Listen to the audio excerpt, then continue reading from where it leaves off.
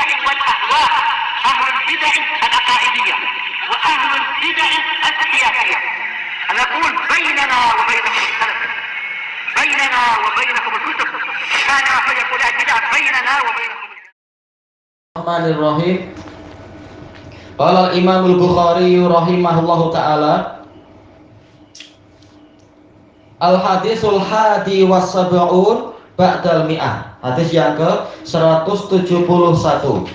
Haddatsana Muhammad ibnu Abdirrahim qala akhbarana Sa'id ibnu Sulaiman qala haddatsana Abbad an ibni Aun an ibni Sirin an Anas radhiyallahu anna Rasulullah sallallahu alaihi wasallam lamma halaqa ra'sah, bahwasanya Rasulullah sallallahu alaihi wasallam tatkala beliau mencukur rambut kepalanya, kana Abu Talha awwala man akhadha min sya'rih, jadilah Abu Talha yang pertama kali mengambil dari rambut beliau. Baik, hadis ini akan disebutkan terulang-ulang di dalam Sahih Bukhari dan banyak juga sanadnya di dalam Sahih Muslim. Di sini Imam Bukhari meriwayatkan dari salah satu guru muda beliau, muda tapi tak jalan-jalan, muda tapi bukan sembarangan orang. Ini Muhammad bin Abdirrahim yang dijuluki sebagai As-Sa'itah, petir, karena hafalannya sangat hebat. Gurunya Imam Bukhari. Ini guru yang muda ini, muda tapi berkualitas tinggi, hafid, dan beliau adalah Basri, ulama dari Basrah. Tayyib. Adapun kunyahnya wallahu a'lam. Qala akhbarana Sa'id bin Sulaiman. Sa'id bin Sulaiman, beliau ini adalah Abu Utsman Sa'id bin Sulaiman al-Basri, al-Baghdadi, al-Wasiti al-Baghdadi, tinggalnya di Baghdad. Siqah sahabat. Tayyib. Ada permasalahan, yaitu sebenarnya Imam Bukhari juga murid dari Sa'id bin Sulaiman. Tetapi untuk riwayat ini Imam Bukhari meriwayatkannya melalui, istilahnya apa berarti ya, teman sekelas beliau. Karena Muhammad bin Abdirrahim ini guru beliau sekaligus juga teman beliau. Karena apa? Sama-sama belajar kepada Sa'id bin Sulaiman. Nah, ini adalah ketawaduan Imam Bukhari, belajar kepada guru tua juga apa? Mau belajar kepada guru yang muda. Dan ini adalah keutamaan, sekaligus keutamaan Bukhari. Beliau belajar kepada Muhammad, beliau juga belajar kepada gurunya Muhammad, ingin mencari sanad yang tinggi, dan itu bagus. Itu adalah keutamaan. Memang ini bagian dari sunnah, mencari sanad yang tinggi itu sunnah. Sebagaimana kata Imam Ahmad. Bahkan kalau kita lihat dan dijelaskan oleh Al-Hafidh, di sini Imam Bukhari juga dari sisi yang lain selevel dengan Sa'id bin Sulaiman.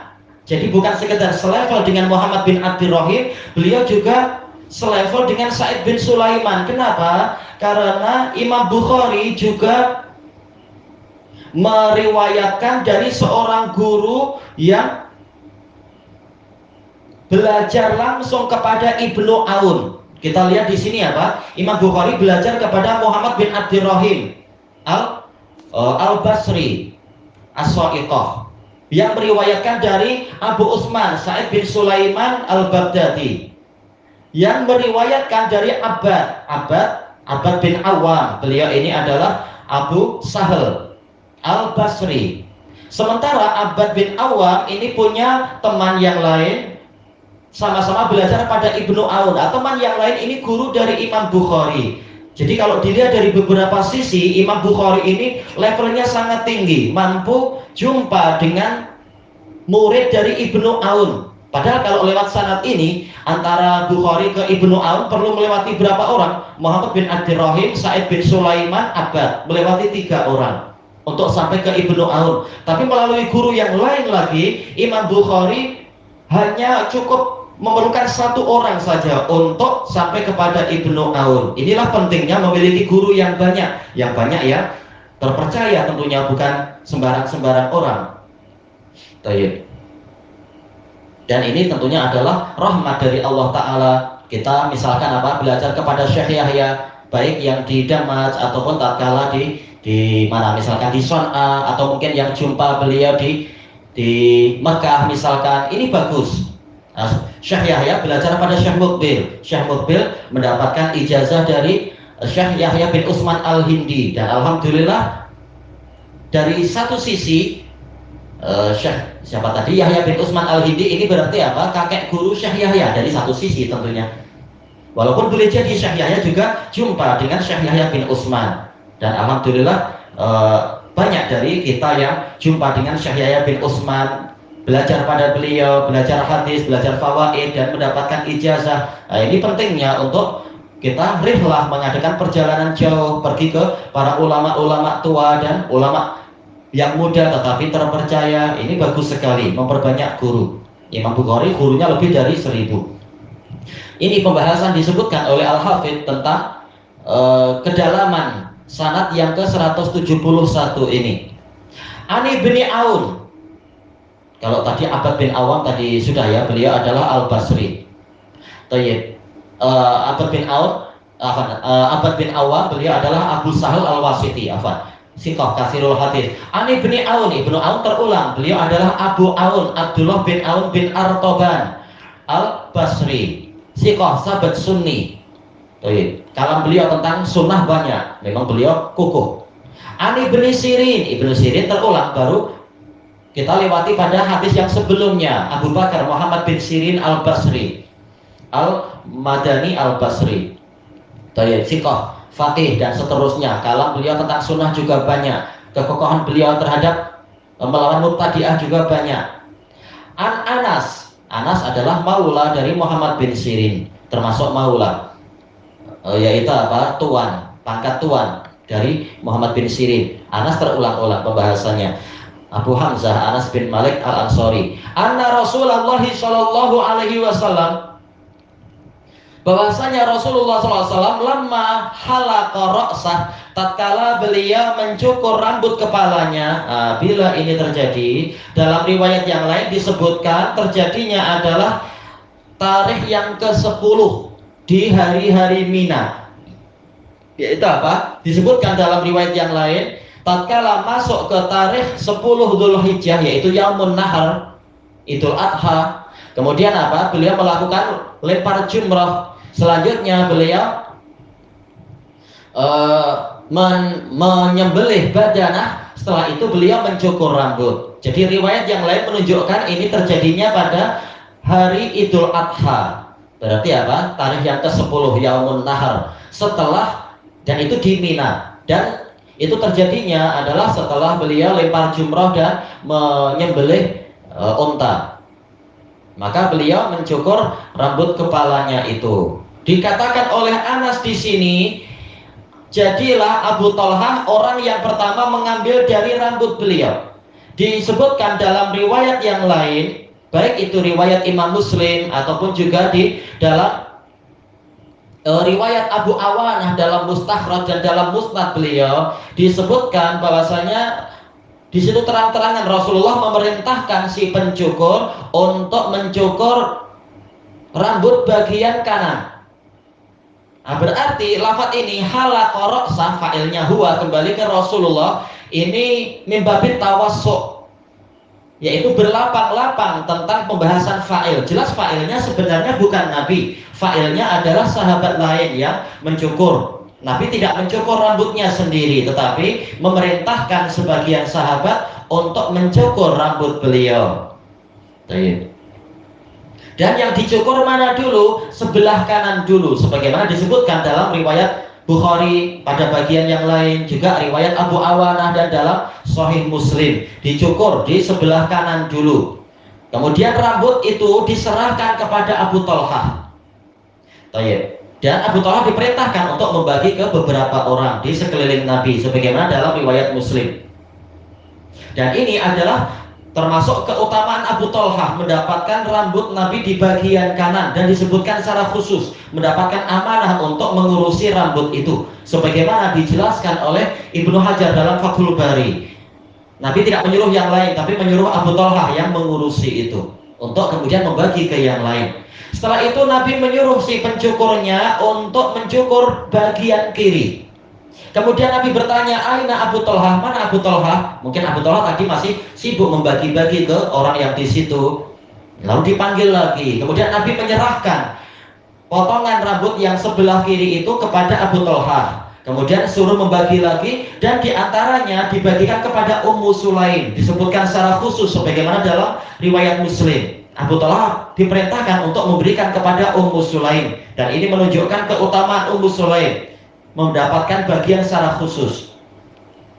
Lalu di sebagian riwayat dikatakan untuk sebelah kanan Nabi membagikan ke orang di sekeliling beliau. Untuk yang sebelah kiri Nabi membagi ke Abu Thalhah. Lalu mana yang benar? Dalil-dalil yang ada menunjukkan Abu Thalhah memang mendapatkan 2 kali, sebelah kanan dan sebelah kiri, dan Ummu Sulaim mendapatkan bagian yang kiri.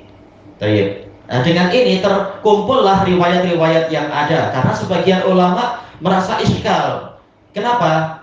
Terkadang disebutkan Abu Thalhah mendapatkan yang kanan, terkadang disebutkan Abu Thalhah mendapatkan yang kiri. Yang betul dengan mengumpulkan riwayat yang ada, dan beberapa riwayat terang-terangan menyebutkan Abu Thalhah mendapatkan 2 kali, sebagaimana dalam Sahih Muslim. Memang Abu Thalhah yang mengurusi itu, yang kanan dia pegang, yang kiri juga, potongan yang kiri juga dia pegang. Jadi dia mendapatkan 2 kali. Baik, dijelaskan oleh Al-Hafidz Ibnul Mulakin rahimahullah di dalam syarah Sahih Bukhari beliau, yaitu kitab At-Tawdih, dari Abu Thalhah dan Ummu Sulaim inilah Anas bin Malik mendapatkan rambut Nabi tadi. Dan dari keluarga Anas bin Malik inilah nantinya Muhammad bin Sirin mendapatkan rambut itu. Seperti yang telah kita lewati dalam riwayat yang ke-170. Muhammad bin Sirin mendapatkan beberapa helai rambut.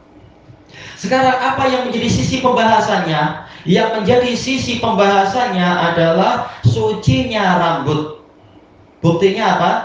Buktinya adalah ini dipelihara, dijaga. Seandainya itu najis, tak boleh dia dipelihara. Dan ini menunjukkan adanya perbedaan antara rambut dengan tangan, rambut dengan kaki. Karena kaidah sudah, dan sebagian menukilkan ijma, yaitu apa? Ma'ubina minal hayyi fahuwa mayyit. Fahuwa mayyit wa huwa najis. Sesuatu yang dipisahkan dari makhluk hidup, maka dikatakan dia itu bangkai, dan bangkai itu adalah najis. Baik. Berarti apa? Kalau ada orang tangannya terpotong, tangannya itu dihukumi bangkai dan dia najis. Demikian pula ekor kucing misalkan, atau ekor harimau atau apa dan sebagainya. Baik, maka dia dihukumi najis. Kenapa? Ya tentunya ada darah di situ dan tidak tertumpah dengan cara syar'i, maka dia jadi bangkai, dan bangkai itu najis. Sementara rambut ternyata dia dipelihara, yaitu apa? Rambut yang terpotong sama-sama dipisah dari orang hidup, tetapi dia dihukumi suci. Buktinya apa? Jelas dalam Al-Quran disebutkan wa min ash'ariha wa aubariha dan sebagainya itu. Yaitu apa? Termasuk dari nikmat Allah adalah bulu-bulu, bulu hewan berkaki 4, bulu burung dan sebagainya itu, ya, diperbolehkan kita untuk menjadikan itu sebagai pakaian dan seterusnya. Seandainya dia itu hukumnya bangkai dan najis, niscaya tidak boleh. Ini menunjukkan rambut itu suci. Demikian pula rambut manusia. Seandainya najis, niscaya tidak boleh untuk dijaga, tapi apa? Wajib dibuang.